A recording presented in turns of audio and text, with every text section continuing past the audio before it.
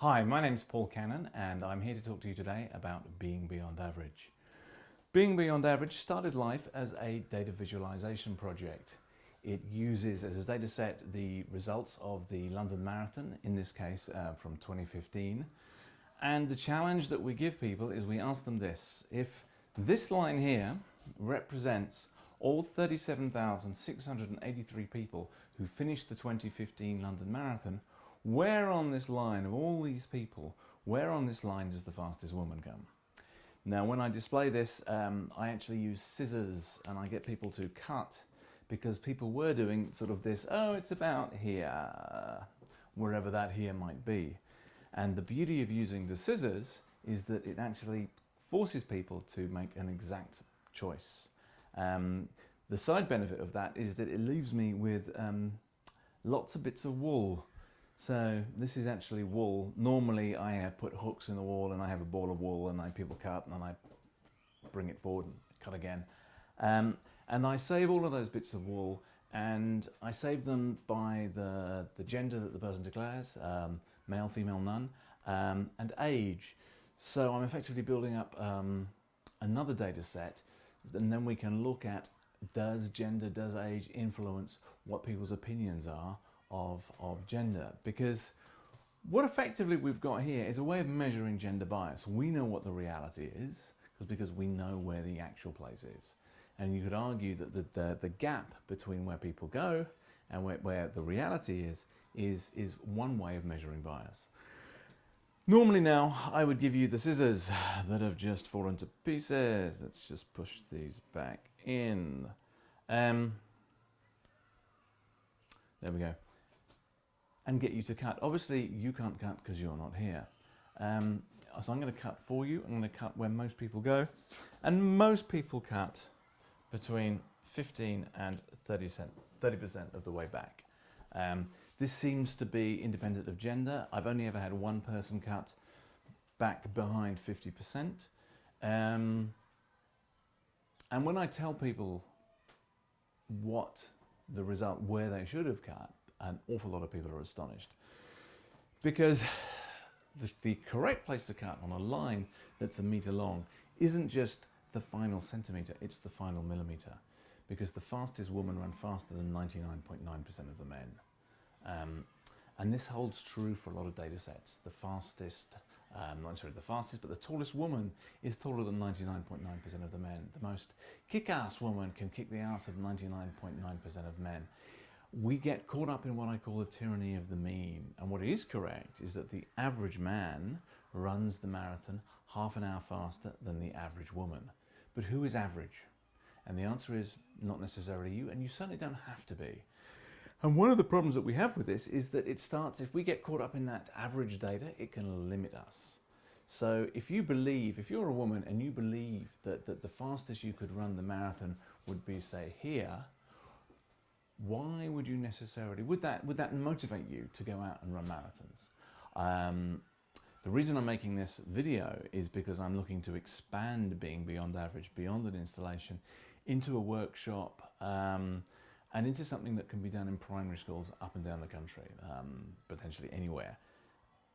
Because I've discovered that if you use a different data set, if you use the data set of GCSE results, so every kid who did their GCSE last year, and we use the same line and we say, okay, at this end is the kid who got the best results, at this end is the kid who got the worst results. Where did the kid from your background, the best kid from your background, come?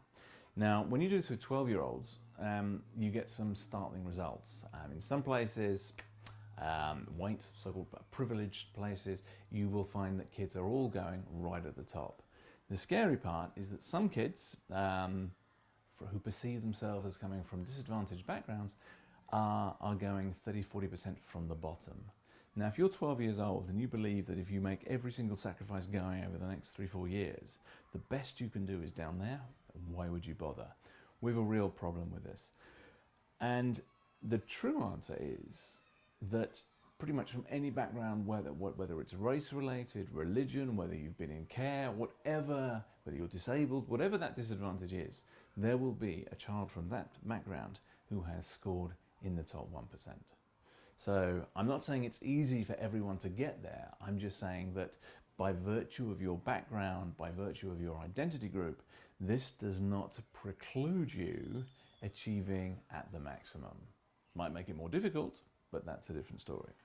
So I think it's really important we get this message across.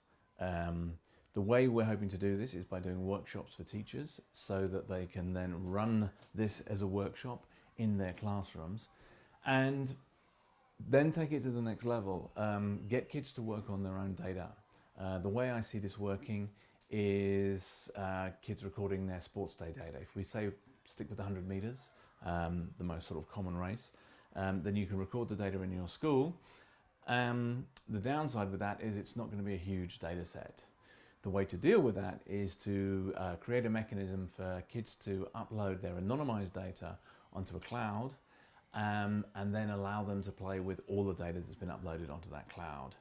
And what I'd really like to do with this is to run an annual competition for to see who can tell the biggest lie with the data, who can best misrepresent it to give a false impression.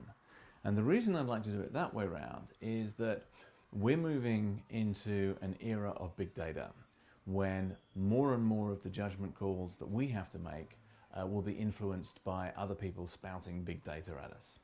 And I think it's absolutely vital that we teach kids how to recognize a data lie, something that we don't teach at the moment and an awful lot of adults can't. And I can't think of a better way of teaching kids how to recognize a lie than teaching them how to tell one. I also think it will get them more engaged. It certainly would have got me engaged when I was 10. And if we can do this, we can actually introduce into our population on a sort of a horizontal level, a level of data literacy that is currently missing. Currently what we do is we seem to have a very, very small group of students learn it to a fantastic length. So it's like, if you like, it's a vertical subject. But if we can change that into a horizontal subject so everybody learns a degree of data literacy in the same way that they learn a degree of maths, an ability to communicate in English, then I think we will have done society a huge, huge service. So that's what I'm trying to do. That's why I'm making this video. I'm also obviously writing it out, but this bit is actually incredibly difficult to explain in words. It works so much better when you can see it, but then it's data visualization art, so what do you expect? So thank you for your time. Contact details are below. Please do get in touch. Thank you.